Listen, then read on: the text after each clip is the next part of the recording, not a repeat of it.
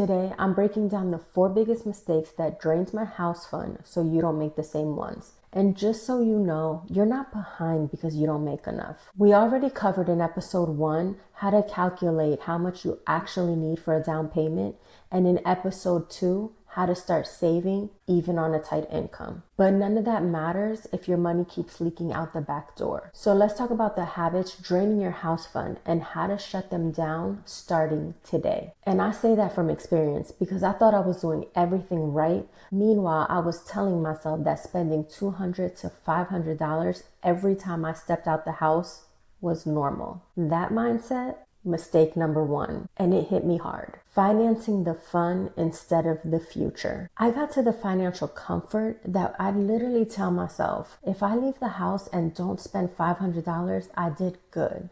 I remember when spending $100 seemed like a lot. When did $500 become my baseline? And don't get me wrong, I was blessed to have that sort of income that allowed me that type of freedom, and I blame inflation a little bit.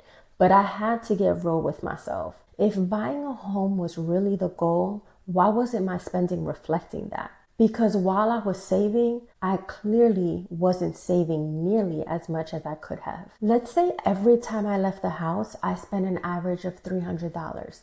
If I would have just taken one of those days each week and put that money into my house fund, I would have saved in 1 year $15,600 on top of what I was already saving. Like, what? I was tripping. There's just no other way to frame it. And tell me if any of this sounds familiar. $100 a week on happy hour because you deserve to decompress. Could that not happen at your place with a little BYOB and Netflix? Or what about you got a raise, so you upgrade your car from a $250 a month payment to a $600 a month payment? That's $350 that could have gone to your house fund each month. Listen, it's not that these things are bad things, but they're nice to haves that are getting in the way of your great to have. You're owning a home, and I want that for you.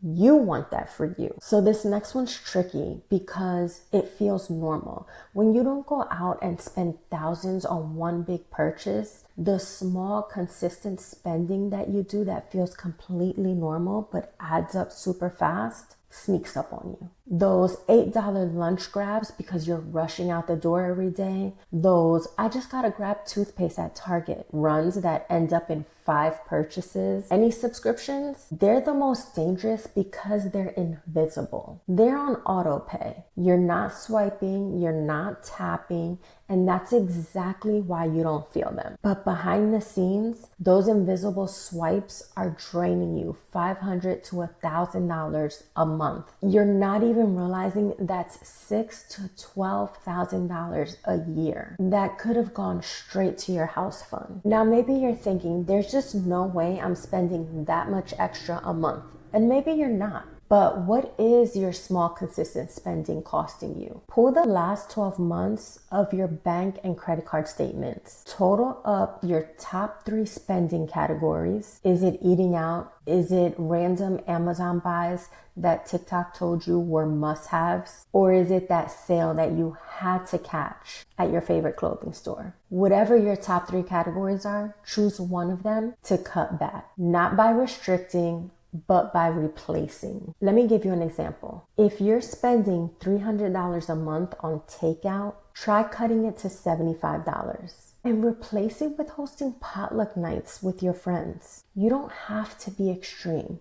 You just have to be intentional. Mistake number 3, saving what's left over. Have you ever heard of the Parkinson's law of money? It says your spending will always rise to match your income. In other words, no matter how much you make, you'll always find a way to spend it. That's why saving what's left over never works, because most of the time, there's nothing left over. Your paycheck comes, you cover your bills, you grab takeout, you run errands, and before you know it, it's all gone. You're never gonna feel like you have extra because life will always find a way to fill the space. The only way to actually save is to make it a priority, not an afterthought. You need to flip it all around. Save first, pay your expenses, and spend what's left over. It sounds super simple because it is, and it works. Just like your expenses tend to expand to match your income, your spending will shrink to fit what's left once savings becomes your priority. Listen, if you treat it like an option, it's gonna always be the first thing to disappear. But if you treat it like rent, like utilities, like insurance, it becomes a non-negotiable. Saying I pay $500 on my savings every month might sound silly, but that one mindset shift will change everything. Start by automating $300 to go into a separate savings account the day after payday. Treat it like a bill. It goes there every month, no matter what. And name the account something motivating, like Dream House Fund.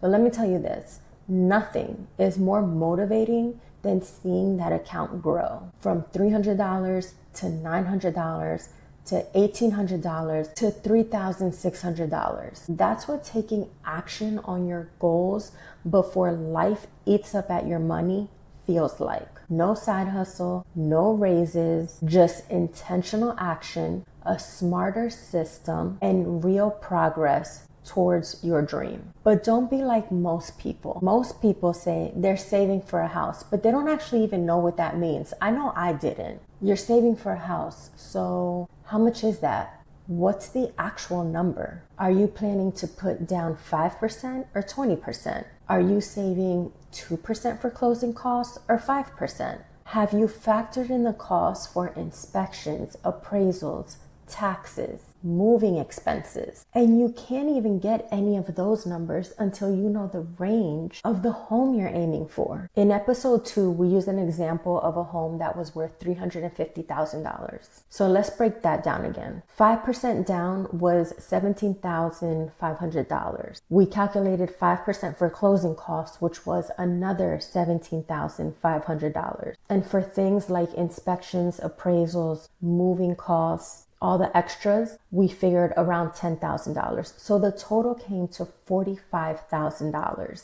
Now you got a number. Now you have something real to work toward. Because honestly, if you don't have a specific number, you're not saving for a house. You're saving for someday I'll get a house. And those someday goals ever rarely get reached. Now you might be like, $45,000? Remember, that's just an example. To find your number, use a home affordability calculator. Pick your target price range, add the down payment, the closing costs, and all those extra costs, and then divide that by how many months you want to save. Now you've got your monthly savings goal. And that's when savings starts to feel real and it becomes real doable. Listen, avoiding these mistakes is half the battle, but knowing where to start and how to build momentum is the other half. In episode 1, I show you how to calculate how much you actually need for a house and what a lot of lenders don't tell you. And in episode 2,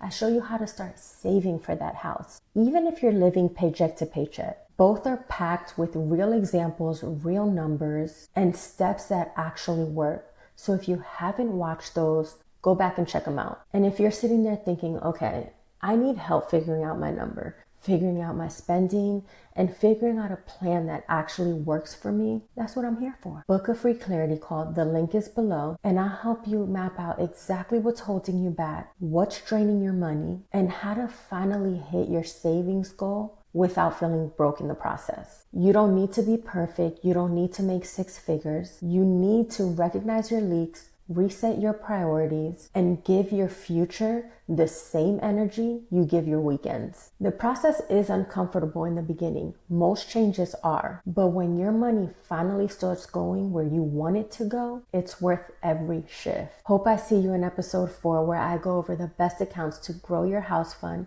keep it safe, and avoid fees that banks don't advertise.